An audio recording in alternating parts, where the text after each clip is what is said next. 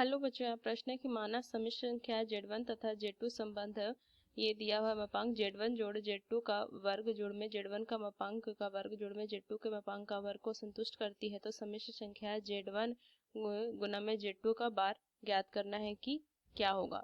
तो चलिए इस प्रश्न को हल करते हैं। मुख्य अवधारणा अगर मैं इस प्रश्न का लिखूं तो देखिए, यहाँ से हमने पढ़ा था कि अगर कोई z कॉम्प्लेक्स नंबर है, सम्मिश्र संख्या, तो x प्लस आयोटा y में इसको हम लिख सकते हैं, जहाँ पे x क्या है, ये वास्तविक भाग है और y जो है वो काल्पनिक भाग है। तो देखिए, यहाँ से हमने एक चीज पढ़ा था कि z1 जोड़ में z2 का मोड का अगर ये वर्ग दिया हुआ हो तो इसको हम लिख सकते हैं z1 जोड़ में z2 गुना में z1 का बार जोड़ में z2 का बार, ये लिख सकते हैं। तो बस चलिए इस प्रश्न को हल करते हैं। तो सबसे पहले अगर मैं देखूं तो ये Z1 जोड़ में Z2 का बार बराबर हमें दिया हुआ है Z1 का बार का वर्ग जोड़ में Z2 के बार का वर्ग, ये दिया हुआ है। तो इसको मैं क्या लिखूंगी, ये हो जाएगा Z1 जोड़ में Z2 गुना में Z1 का वर्ग बार जोड़ में Z2 का बार बराबर में, ये हो जाएगा मॉड में दिया हुआ है ना, ये Z1 का मापांक का वर्ग और ये Z2 के मापांक का वर्ग।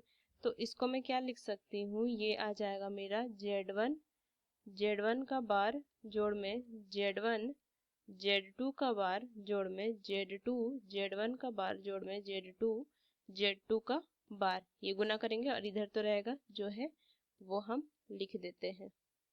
अब देखिए, यहाँ से हमें पता है इसका मान जो होगा कितना हो जाएगा, ये हो जाएगा मेरा Z1 के मापांक का वर्ग और इधर भी क्या हो जाएगा जोड़ में Z2 के मापांक का वर्ग, और ये हम लिख देंगे Z1 Z2 का बार जोड़ में Z2 Z1 का बार।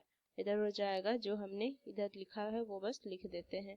तो देखिए, यहाँ से इसको हम काट सकते हैं, ये काट सकते हैं, तो कितना हो जाएगा Z1 Z2 का बार जोड़ में Z2 Z1 का बार बराबर 0, ये लिख सकते हैं।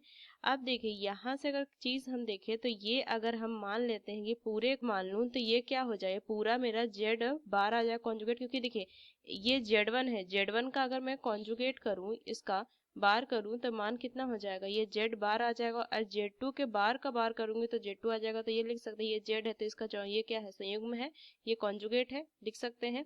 अब देखिए, यहाँ से अगर मैं x को मान लूं कि x जोड़ में ये पूरे को मान लेती हूँ, अगर ये z तो z बराबर है x प्लस आयोटा y, और ये हो जाएगा इसका कॉन्जुगेट संयुग्म है तो x ऋण में आयोटा y हो जाएगा बराबर 0। तो देखिए ये कटेगा तो 2x बराबर 0, तो x बराबर भी 0। अब मेरा x का मान 0 आया है, तो हम कह सकते हैं कि ये मेरा Z1 गुना में, यहाँ से लिखेंगे Z1 गुना में Z2 का बार जो है वो क्या हो जाएगा, पूरी तरह से काल्पनिक होगा, क्योंकि जो उसका वास्तविक भाग है वो x जो है वो क्या हो गया, ये 0 आ गया। तो यहाँ से क्या कह सकती हूँ, ये पूर्णतः काल्पनिक होगा, ये पूर्णतः काल्पनिक है। यही हमें यहाँ से ज्ञात करना था कि Z1 गुना Z2 का बार क्या होगा, Z1 गुना Z2 का बार, तो ये पूर्णतः काल्पनिक होगा। तो मुख्य अवधारणा का इस्तेमाल करके हमने इस प्रश्न को हल किया। आशा करते हैं प्रश्न आपको समझ में आई। धन्यवाद।